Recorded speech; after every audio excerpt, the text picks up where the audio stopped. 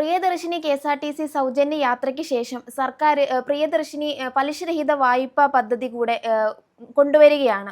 അത് സ്ത്രീകൾക്ക് രഹിതമായിട്ട് വായ്പ നൽകുക എന്ന പദ്ധതി. ഈ സർക്കാർ സ്ത്രീകൾക്ക് മുൻഗണന നൽകുന്നതിന്റെ അടുത്ത പടിയല്ലേ ഇത്? തീർച്ചയായിട്ടും. ഞാൻ ഇത് കേൾക്കുമ്പോൾ പെട്ടെന്ന് എനിക്ക് ഓർമ്മ വരുന്നൊരു കാര്യം എന്ന് പറഞ്ഞാൽ, സ്ത്രീപക്ഷ സർക്കാർ, സ്ത്രീകൾക്കൊപ്പം, അരികവൽക്കരിക്കപ്പെടുന്നവർക്കൊപ്പം എന്ന് പറഞ്ഞിരുന്ന ഒരു ഇടതുപക്ഷ സർക്കാർ ഭരിച്ചിരുന്ന കഴിഞ്ഞ 10 കൊല്ലങ്ങൾ നമ്മൾ കണ്ടതാണ്. അതിലെവിടെയാണ് സ്ത്രീകൾക്ക് ഇത്തരത്തിൽ പദ്ധതികൾ, പുതിയ പദ്ധതികൾ അല്ലെങ്കിൽ അവരുടെ ഉന്നമനത്തിനായി എന്തെങ്കിലും ചെയ്തിട്ടുള്ളത് എന്ന ചോദ്യം പ്രബലമാണ്. എന്താണ് ചെയ്തിട്ടുള്ളത്? ചെയ്തിട്ടില്ല എന്ന് മാത്രമല്ല, ഈ പറഞ്ഞ പ്രിയദർശിനി പദ്ധതി ഉദ്ഘാടനം ചെയ്യുന്ന വേളയിൽ അതിനോട് യോജിക്കാൻ പോലും, അതിനോട് സഹകരിക്കാൻ പോലും തയ്യാറാകാത്ത ഇടത് MLA മാർ കൂടി ഉണ്ടായിരുന്നു ഈ നാട്ടിൽ. അപ്പോൾ അതിൽ നിന്ന് വ്യത്യസ്തമായി സ്ത്രീകളുടെ ഉന്നമനത്തിനായി പലതും ചെയ്യുന്ന ഒരു സാഹചര്യം ഇപ്പോഴുണ്ട്. അപ്പോൾ ഒരു കുടുംബത്തിൽ ഒരു സ്ത്രീക്ക് എന്തെങ്കിലും കൂടുതൽ ആനുകൂല്യങ്ങൾ ഉണ്ടാകുമ്പോൾ സ്വാഭാവികമായിട്ടും നമ്മുടെ ഇപ്പോഴത്തെ കേരളത്തിന്റെ ഒരു സോഷ്യൽ കോൺസ്ട്രക്റ്റ് വെച്ച് ഇപ്പൊ നമ്മുടെ വീട്ടിൽ അമ്മയ്ക്ക് ഒരു ആനുകൂല്യം കിട്ടുകയാണെങ്കിൽ അതിന്റെ ഭാഗഭാക്കുകളാകുന്നത് നമ്മളെല്ലാവരുമാണ്. അപ്പൊ അമ്മയ്ക്കും അച്ഛനും ഒക്കെ അങ്ങനെയൊക്കെ തന്നെയാണ്. എന്നാലും സ്ത്രീകളിലേക്ക് അത് എത്തുമ്പോൾ കൂടുതൽ സ്പ്രെഡ് ചെയ്ത് പല മേഖലകളിലേക്കും ഈ ഫിനാൻഷ്യൽ ബെനിഫിറ്റ് പോകാനുള്ള സാധ്യതയുണ്ട്. ഇപ്പോൾ പുറത്തു വരുന്ന റിപ്പോർട്ടുകൾ അനുസരിച്ച് പ്രിയദർശിനി എന്ന പേരിൽ വായ്പാരഹിത ലോണ് കിട്ടാനുള്ള സാധ്യതയാണ് പറയുന്നത്. അതായത് സംരംഭങ്ങൾ, സൂക്ഷ്മ ചെറുകിട സംരംഭങ്ങൾ ആരംഭിക്കുന്നതിന് വേണ്ടിയിട്ട് ഒരു വായ്പ ലഭിക്കുകയാണ്. പലിശരഹിത വായ്പാരഹിത ലോണല്ല, പലിശരഹിത വായ്പ ലഭിക്കുകയാണ്. ഇപ്പോൾ സംസ്ഥാന പിന്നാക്ക വികസന ക്ഷേമ വകുപ്പ് കൈകാര്യം ചെയ്യുന്നത് നമ്മുടെ തുളസി ടീച്ചറാണ്. അപ്പോൾ തുളസി ടീച്ചർ അനൗൺസ് ചെയ്തിട്ടുണ്ട്, ഈ വരുന്ന 23-ാം തീയതി കൊച്ചിയിൽ വെച്ച് ഇതിനുള്ള എല്ലാ ഉദ്ഘാടനം കാര്യങ്ങളെല്ലാം ആരംഭിക്കുകയാണ്. സമഗ്ര 2026 എന്ന പേരിൽ സമഗ്രമായൊരു 100 ദിന കർമ്മ പദ്ധതിയാണ് ആരംഭിക്കുന്നത്. അപ്പോൾ ഈ 100 ദിവസം കഴിയുന്നതോടുകൂടി 16,000 സ്ത്രീകൾക്ക് 200 കോടി രൂപയുടെ ബെനിഫിറ്റ് കിട്ടും എന്നുള്ളതാണ് ഈ പറഞ്ഞ 100 ദിന കർമ്മ പദ്ധതി കൊണ്ട് ഉദ്ദേശിക്കുന്നത്. ഇതിൽ ഈ പിന്നാക്ക വികസന വകുപ്പിന്റെ 3-4 പദ്ധതികളുണ്ട്. അതുപോലെ തന്നെ മറ്റു വകുപ്പുകളുടെ പദ്ധതി ഇതിൽ ഉൾപ്പെടും. അപ്പോൾ ശരിക്കും പറഞ്ഞാൽ അരികുവൽക്കരിക്കപ്പെടുന്നവർക്കൊപ്പം നിൽക്കുന്ന സർക്കാരായി മാറുന്നത് VD സതീശൻ സർക്കാരാണ്. ഇപ്പോൾ നമുക്കൊരു സാധാരണ ഒരു സ്ത്രീയോട് സംസാരിച്ച്, ഇപ്പം നാട്ടിൽ ഞാൻ കഴിഞ്ഞ തവണ പോയപ്പോൾ ഞാനൊരു സ്ത്രീയോട് സംസാരിക്കുകയാണ്. ഞാൻ ചോദിച്ചു, പ്രിയദർശിനി പദ്ധതിയെ പറ്റി എന്താണ് അഭിപ്രായം, ഈ സൗജന്യ യാത്രാ പദ്ധതി ഇതിനെപ്പറ്റി എന്താണ് അഭിപ്രായം എന്ന് ചോദിക്കുമ്പോൾ ആ ചേച്ചി പറഞ്ഞു, എനിക്ക് ഭയങ്കരമായൊരു സന്തോഷം വരും, ബസ്സിലോട്ട് കയറുമ്പോൾ ആ ടിക്കറ്റ് ഇങ്ങോട്ട് കയ്യിൽ കിട്ടുമ്പോൾ കിട്ടുന്ന സന്തോഷം ഭയങ്കര വലുതാണ് എന്ന് പറയുന്നൊരു കാര്യമുണ്ടല്ലോ. ഒരു മാസം ബസ്സിൽ പോകുമ്പോൾ അതിൽ നിന്ന് മിച്ചം പിടിക്കുന്ന പൈസ കൊണ്ട് എന്തൊക്കെ കാര്യങ്ങൾ ചെയ്യാം എന്നുള്ളൊരു ഇപ്പോൾ സ്ത്രീ സുരക്ഷ കിട്ടുന്നു, അല്ലെങ്കിൽ സ്ത്രീകൾക്ക് ഉന്നമനം വേണം, സ്ത്രീകൾക്ക് വേണ്ടി സംസാരിക്കാൻ ഞങ്ങളുണ്ട് എന്ന് ഇടതുപക്ഷ സർക്കാരുകൾ പറയുന്നുണ്ടെങ്കിലും ഇത്തരം പദ്ധതികൾ ഇവിടെ പോസിബിൾ ആയിരുന്നു. കേരളത്തിൽ ഇതൊക്കെ ചെയ്യാനുള്ള സാഹചര്യം നമുക്കുണ്ടായിരുന്നു. ഇപ്പോൾ നവകേരള സദസ്സിന് വേണ്ടിയിട്ട് കോടികൾ ചെലവാക്കിയപ്പോഴോ അല്ലെങ്കിൽ മറ്റ് പദ്ധതികൾ, ഇപ്പോൾ അതിദാരിദ്ര്യ നിർമ്മാർജ്ജനം എന്ന പേരിൽ പ്രഖ്യാപനത്തിന്റെ പേരിൽ കുറെ പണം ചെലവാക്കിയപ്പോഴോ അല്ലെങ്കിൽ PR വർക്കുകൾക്ക് വേണ്ടി കുറേ പണം ചിലവാക്കിയതിനും ഒക്കെ മുൻപ് ഇതൊക്കെ ചെയ്യാനുള്ള പോസിബിലിറ്റീസ് ഇവിടെ ഓപ്പൺ ആയിരുന്നു.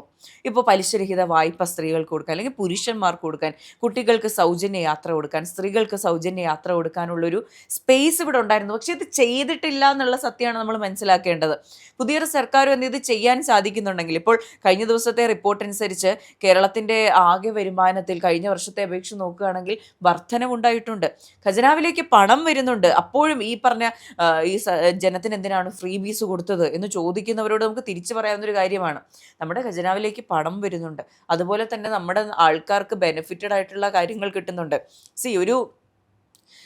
ഇപ്പം നമുക്ക് തോന്നും, ഒരു 200 കോടിയൊക്കെ സ്ത്രീകൾക്ക് വെറുതെ ഇങ്ങനെ പലിശരഹിത വായ്പ കൊടുത്താൽ എന്ത് വെച്ചാണ് ഉണ്ടാവുന്നത്, 200 കോടി കടമല്ലേ എന്നല്ല. അവരത് സൂക്ഷ്മ ചെറുകിട വ്യവസായങ്ങൾ ആരംഭിക്കാനാണ് ഉപയോഗിക്കുന്നത്. അതിൽ നിന്ന് നമ്മുടെ സംസ്ഥാനത്തിന് കിട്ടാൻ പോകുന്ന റവന്യൂ അടുത്ത തലത്തിലേക്കാണ് പോകുന്നത്. അതുപോലെ തന്നെ സാധാരണ മനുഷ്യർക്ക് കിട്ടാൻ പോകുന്ന റവന്യൂ അടുത്ത തലത്തിലേക്കാണ് പോകുന്നത്. അപ്പോൾ ദീർഘവീക്ഷണത്തോടുകൂടെ കാര്യങ്ങൾ ചെയ്താൽ മാത്രമാണ് ഇത്തരത്തിലുള്ള ഔട്ട്പുട്ട് ലഭിക്കുകയുള്ളൂ. ഇപ്പോൾ നാളെ നമുക്ക് എന്ത് കിട്ടും, ഇന്ന് നമുക്ക് 200 കോടി നഷ്ടമല്ലേ എന്ന് ചിന്തിച്ചുകൊണ്ടിരുന്നാൽ ഒരു 5 വർഷങ്ങൾക്ക് ശേഷം ചിലപ്പോൾ ഒരു 400 കോടി കിട്ടുന്നൊരു ഒരു പദ്ധതിയായിരിക്കും നമ്മൾ വെട്ടിക്കളയുന്നത്. അപ്പോൾ ഇതെല്ലാം ചിന്തിച്ചുകൊണ്ടാണ് ഇപ്പോഴത്തെ സർക്കാർ മുന്നോട്ട് പോകുന്നത്. പോരായ്മകളുണ്ടോ എന്ന് ചോദിച്ചാൽ ഒരു തുടക്കക്കാരൻ്റെ പോരായ്മകൾ ഈ സർക്കാരിനുണ്ട് എന്ന് തന്നെ പറയണം. അതൊരിക്കലും ഇല്ല എന്ന് പറയാൻ കഴിയില്ല. എല്ലാ മന്ത്രിമാരും പക്വമായിട്ടുള്ള പ്രതികരണങ്ങൾ നടത്തേണ്ട സാഹചര്യമുണ്ട്. പക്ഷേ ഇത്തരത്തിലുള്ള പദ്ധതികൾ അഭിനന്ദിച്ചേ കഴിയുള്ളൂ. ഇനി അടുത്ത പുരുഷന്മാർക്ക് ഇല്ലേ എന്ന് ചോദിച്ചാൽ ഉറപ്പായിട്ടും അടുത്ത ഘട്ടം എന്ന് പറയുന്നത് അത് തന്നെയായിരിക്കും. ഈ പറയുന്ന പോലെ പ്രിയദർശിനി പദ്ധതി വന്നപ്പോൾ ഈ പുരുഷന്മാരുടെ ഇരിക്കുന്ന പൈസ മുഴുവൻ പോകും എന്ന് പറഞ്ഞു. അതുപോലെ തന്നെ വണ്ടി ഈ ബസ്സിൽ ആൾക്കാർ കുറയും, പുരുഷന്മാർക്ക് കയറാൻ പറ്റില്ല എന്ന് കണ്ടു.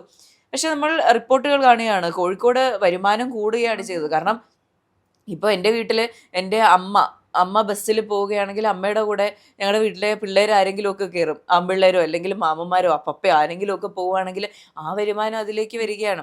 നമുക്കൊരു എംപവർമെൻ്റ് ആണ് ഉണ്ടാകുന്നത്. പണത്തിൻ്റെ കാര്യം ഇവിടെ മാറി നിൽക്കട്ടെ, ഈ പറഞ്ഞ 200 കോടി പലിശരഹിത വായ്പയുടെ കാര്യം എല്ലാം മാറി നിൽക്കട്ടെ, ഒരു എംപവർമെൻ്റ് ആണ് കിട്ടുന്നത്. എൻ്റെ അവകാശം, എനിക്ക് ബസ്സിൽ സൗജന്യമായി യാത്ര ചെയ്യാൻ പറ്റുന്ന അവകാശമാണ് ഞാൻ ഉപയോഗിക്കുന്നത്.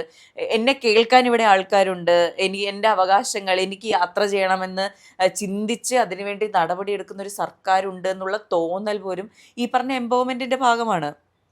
അത് മാത്രമല്ല, ഇന്ന് ഒരു ചെറിയൊരു ബിസിനസ് തുടങ്ങുക അല്ലെങ്കിൽ ഒരു ചെറിയ പ്രോഗ്രാം തുടങ്ങണമെങ്കിൽ തന്നെ കൊള്ളപ്പലിശയ്ക്കാണ് ആൾക്കാർ സാധനങ്ങൾ ഓരോ പലിശ വാങ്ങുന്നത്. ഇപ്പോൾ ബാങ്കിലാണെങ്കിൽ ആൾക്കാരുടെ കയ്യിൽ നിന്നാണെങ്കിൽ കൊള്ളപ്പലിശയ്ക്കാണ്. ഇതുമൂലം ഒരുപാട് പേര് ആത്മഹത്യ നമ്മൾ നിരവധി കാണുന്നതാണ്. അപ്പോൾ ഈ ഒരു പദ്ധതി കൊണ്ടുവരികയാണെങ്കിൽ അതിൽ നിന്നൊരു കുറവ് വരാൻ സാധ്യതയില്ല. ഭയങ്കരമായിട്ട് കൂടുതൽ കാര്യമുണ്ട്. കാരണം പലിശരഹിതമായിട്ട് കിട്ടിക്കഴിഞ്ഞാൽ അവർക്ക് കൃത്യമായിട്ട് നൽകാനൊരിത് വരും. അല്ലെങ്കിൽ നമ്മളൊരു 10,000 വാങ്ങിച്ചു കഴിഞ്ഞാൽ ബാങ്കിൽ നിന്ന് വല്ലതും എടുത്തു കഴിഞ്ഞാൽ തിരിച്ചു കൊടുക്കേണ്ടത് 12-13 രൂപ വെച്ചായിരിക്കും. അതിലൂടെ തന്നെ ഒരുപാട് പേരുടെ കാശ് പോകുന്നുണ്ട്. ഇപ്പം പുരുഷന്മാർക്ക് ലഭിക്കുന്നില്ല എന്ന് പറയുന്നെങ്കിലും ഈ പുരുഷന്മാർക്ക് തുടങ്ങാൻ സ്ത്രീകളും പുരുഷനും ഒരു വീട്ടിലാണെങ്കിൽ ഒരു അച്ഛൻ അമ്മ രണ്ടുപേരും കൂടെ ഒരുമിച്ചായിരിക്കും ഒരു സംരംഭം തുടങ്ങുന്നത്. അപ്പോൾ അതിലൊരു സ്ത്രീക്ക് ഒരു പലിശരഹിതമായിട്ടൊരു വായ്പ കിട്ടിയാൽ അത് ആ പുരുഷനും കൂടെ അല്ലേ ഉപകാരപ്പെടുന്നത്. അതുപോലെ അവരുടെ സംരംഭം ഒന്ന് രക്ഷപ്പെട്ട് വന്നു കഴിഞ്ഞാൽ അവർക്ക് ആ പണം തിരികെ നൽകാം. അവരുടെ കയ്യിൽ നിന്ന് എക്സ്ട്രാ പണം ഒന്നും പോകുന്നതുമില്ല. അപ്പോൾ ഈ ഒരു പദ്ധതി കൊണ്ടുവരുന്നതിലൂടെ സ്ത്രീകൾക്ക് മാത്രമല്ല പുരുഷന്മാർക്കും ഇതൊരു ഉപകാരം. ഒരു വീട്ടിൽ സ്ത്രീയും പുരുഷനും ഒരുമിച്ച്, എന്തായാലും ഒരു വീട്ടിൽ സ്ത്രീകൾ മാത്രമായിട്ട് എന്തുപോലെ എങ്ങും കാണില്ല, ഉണ്ടാകും. പക്ഷേ മിക്ക സ്ഥലത്തും ജനറലൈസ് ചെയ്യപ്പെടുമ്പോൾ കുടുംബമായി താമസിക്കുന്നവരെ കൂടുതൽ. അപ്പം അവർക്കൊരു ഉപകാരപ്പെടുമാവും.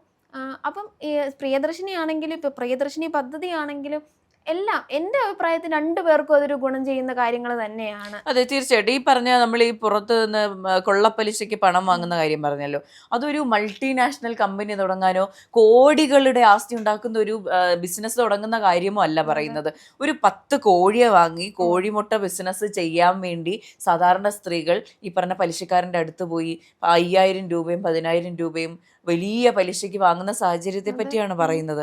അതിൽ നിന്നൊരു വിമുക്തി നേടുക എന്ന് പറയുന്നത് വലിയ കാര്യമാണ്. ഇപ്പോൾ ഈ പറയുന്ന പോലെ വലിയ ഓഫീസിലിരുന്ന് ഇതിനെപ്പറ്റി സംസാരിക്കുമ്പോൾ നമ്മൾ ഇതിനെപ്പറ്റി കൂടെ ചിന്തിക്കേണ്ട സാഹചര്യമുണ്ട്. ഒരു 500 രൂപ ഒരു ദിവസം കിട്ടാനില്ലാത്ത കുടുംബങ്ങൾക്ക് പോലും ഇതൊക്കെ വലിയ കാര്യമാണ്. അപ്പോൾ സാധാരണക്കാരെ കേൾക്കാൻ ഇവരൊക്കെ ഉണ്ടാവുക എന്ന് പറയുന്നത് ചെറിയ കാര്യമില്ല. ഈ പറഞ്ഞതുപോലെ ഒരു വീട്ടിൽ അമ്മയ്ക്ക് ബെനിഫിറ്റ് കിട്ടുക എന്ന് പറയുന്നത് ആ കുടുംബത്തിലെ അച്ഛനും അമ്മയ്ക്കും അപ്പൂപ്പനും അമ്മൂമ്മയ്ക്കും മക്കൾക്കും എല്ലാം ബെനിഫിറ്റ് കിട്ടുന്നത് പോലെയാണ്. ഇനി സ്ത്രീകൾ മാത്രമുള്ള കുടുംബമാണെങ്കിൽ പോലും അവർക്ക് അവരുടേതായ കാര്യങ്ങൾ ചെയ്തു പോകാൻ ഇപ്പോൾ വേറൊരാൾ വന്ന് സഹായിക്കണം എന്നുള്ളൊരു സാഹചര്യം ഉണ്ടാകുന്നില്ലല്ലോ. അവർക്ക് അവരുടെ കാര്യങ്ങൾ നോക്കി പോകാൻ കഴിയണം. ഇതാണ് ശരിക്കും പറഞ്ഞാൽ എംപവർമെന്റ്, സ്ത്രീ ശാക്തീകരണം കൊണ്ട് ഉദ്ദേശിക്കുന്നത് ഇത് തന്നെയാണ്. ആരുടെയും സഹായമില്ലാതെ സർക്കാർ, ഇത് അവകാശമാണ്. ഇപ്പോൾ സർക്കാർ സഹായിക്കുന്നതോ സർക്കാരിൻ്റെ ഔദാര്യമോ ഒന്നുമല്ല, സ്ത്രീകളുടെ അവകാശമായിട്ട് തന്നെ അല്ലെങ്കിൽ ജനങ്ങളുടെ അവകാശമായിട്ട് തന്നെ ഈ കാര്യങ്ങൾ നേടിയെടുക്കാനുള്ള പ്രാപ്തി സ്ത്രീകൾക്കുണ്ടാകട്ടെ.